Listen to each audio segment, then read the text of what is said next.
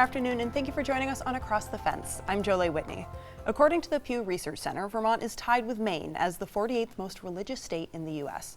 Rounding out the list are Massachusetts and New Hampshire, tied for 50th.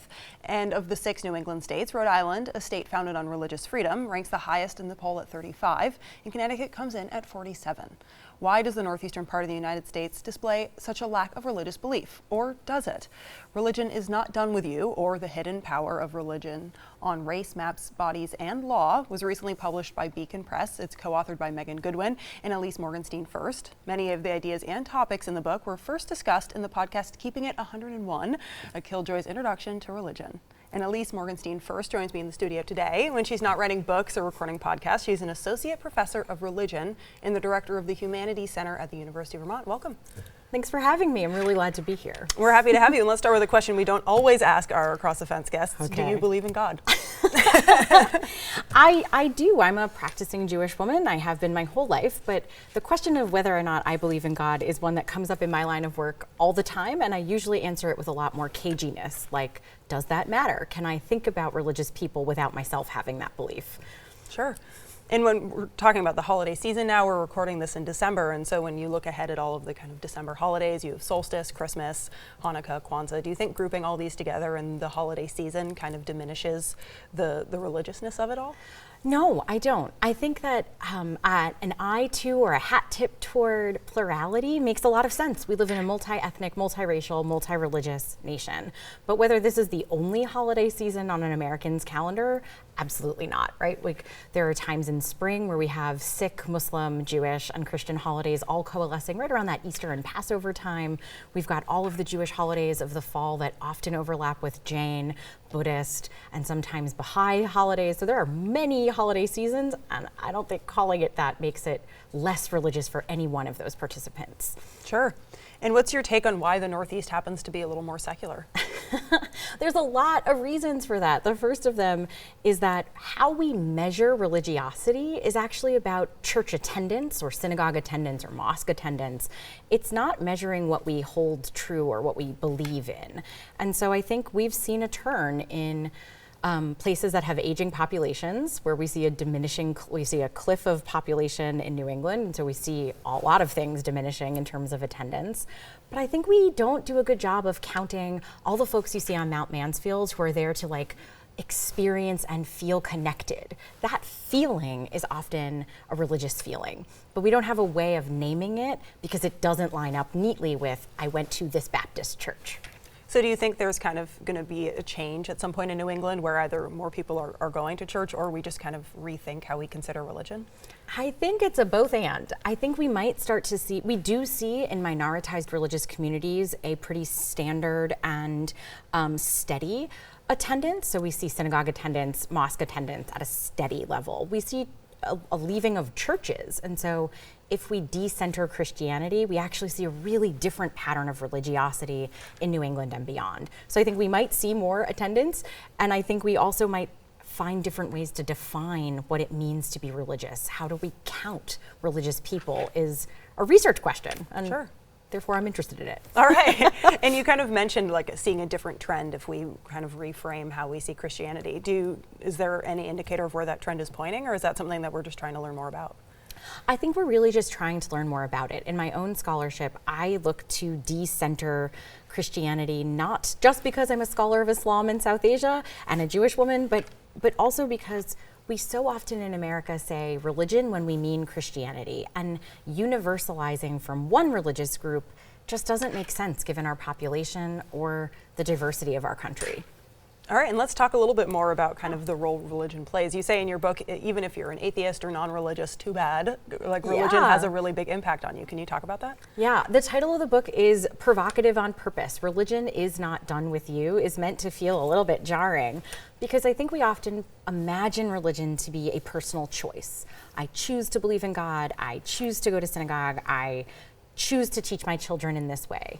But the reality is that religion and religious principles show up in our laws, they show up in our healthcare system, they show up in our educational systems. And so regardless of what you choose to do, whether that's atheism or a really hardcore fundamentalist religiosity, religion is still part of our systems. And so ignoring it doesn't make any sense, but also pretending it like doesn't affect you is also a little bit short-sighted. Sure. We're actually about to play a clip from your podcast as well. I know we're talking about your book, but you're a woman of many talents. And the podcast, of course, is Keeping It 101, a Killjoy's Introduction to Religion. And you kind of talk about how humans reckon with time and how that's based on some religious belief. What do you mean by that? Well, our calendar is Jesus +1.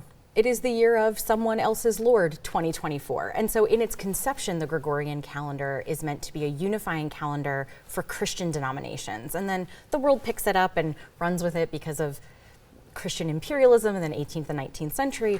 But we can't escape how, like, Christmas is a federal holiday. It is the only religious holiday that is a federal holiday. So we can't ignore it. And thinking about time as structured by religion is a provocative way to get our readers and our listeners to think more critically about a topic that is often made invisible. And this is on the 5th season of your podcast, and you and your podcast partner, Megan Goodwin, who we mentioned in the beginning, try and kind of right some of the wrongs and make corrections about religious topics. So let's hear a clip from the episode called Incorrect Hijab. This is not a fit that you put on that says, don't look at me, I want to be invisible, I want to look like a monk. These are garments that the wearer says, I look cute as hell, and also my look lines up with my moral and religious and or cultural values and norms. Like, I am both right with God and I am right. Like, this is correct. So it can be how I have adorned myself, how I've celebrated my temple, also helps me keep my own piety, my own commitments at the forefront of my brain. But not always. That's it. That's pious fashion. It's sartorial choices that people are making with their religious and their cultural and their personal values and commitments in mind. And, like, let's be real, when we're talking about this stuff, we are often talking about women and femmes because gender bias and misogyny locates these conversations on the bodies of women and femmes. And if you're just joining us, we're talking with Ilyse Morgenstein-Fuerst, the co-author of a new book, Religion is Not Done With You, or The Hidden Power of Religion on Race, Maps, Bodies, and Law. And your research centers a lot around Islam and Muslim in South Asia, kind of the intersection of imperialism and religion, talking about race and belonging. So how did you get interested in that? Well, I was a college freshman, not to date myself, but I was a college freshman on 9/11, and I happened to be taking a class with Professor Omid Safi, who's a really internationally famous Islamic studies scholar. And my own sense of social justice and what I wanted to be when I grew up, and this really cataclysmic, world-changing event meant I think I need to know more about Muslims. I'm watching Islamophobia unfold in real time. What do I want to do about it? And then I was blessed to go on a study abroad program to South Asia, and I figured that a lot of the questions I was asking about politics, about race, about religion in public spaces were really fascinating in that particular locale. So that is kind of how a Jewish girl from New Jersey ends up studying South Asia and Islam. But I think a lot of the ideas about race, religion, imperialism, power, and practice are portable. So what I ask in India, I would answer differently in the States, but I would have the same questions. Sure. And there's an old saying that there are two things that you don't mention maybe in polite conversation, and that's politics and religion. Yeah. But obviously both your book and your podcast dive into religion a good amount, and I'm sure politics to a certain extent. So where do you think, is there a line of what's appropriate to talk about? No, I don't. I actually think not talking about things makes it possible to hide oppression, abuse, discrimination more readily. And I think in a moment where we see an unprecedented rise in anti-religious hate crimes across the board, so we see anti-Semitism, Islamophobia, anti-Sikhism, all of this is on an unprecedented rise. And I think if we don't talk about it, we create fertile ground for injustice to flourish. And I don't know. Those are the weeds I want to pull out of my garden. I don't want them there, but we got to name them so that we can get rid of them. Sure. We're actually going to listen to another clip from your podcast.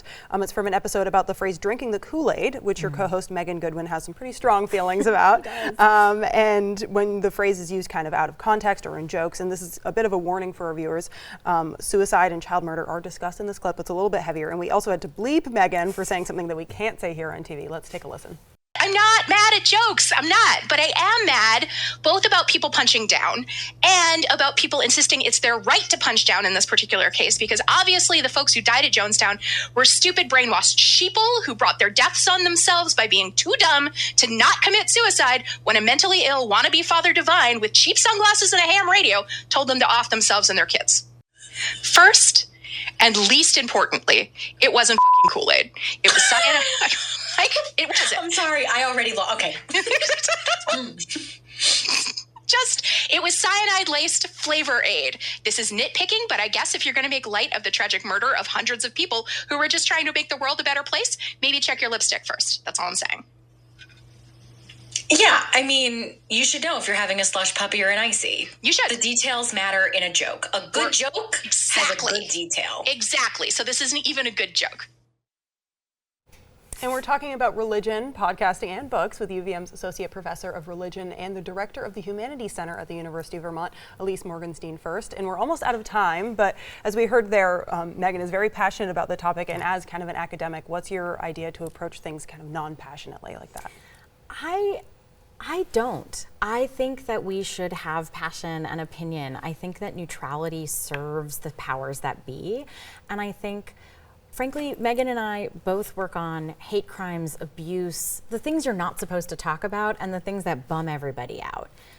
How could we not feel passionately? And to be dispassionate in that setting is to say, yeah, like, murder's fine, or these terrible things in the world I don't have an opinion on. And so I think being fact-driven means that we can be objective in how we are thinking about topics, Sure. But that doesn't take away the anger and pain and harm that I feel when I talk about them. So I like Absolutely. passion, but I also like facts. Great. Thank you so much for joining us today.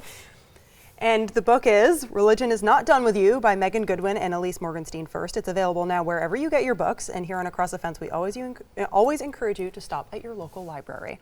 And I want to thank the crew behind the scenes here at WCAX who make our program possible. I'm Jolie Whitney. This is Across the Fence. Have a good one.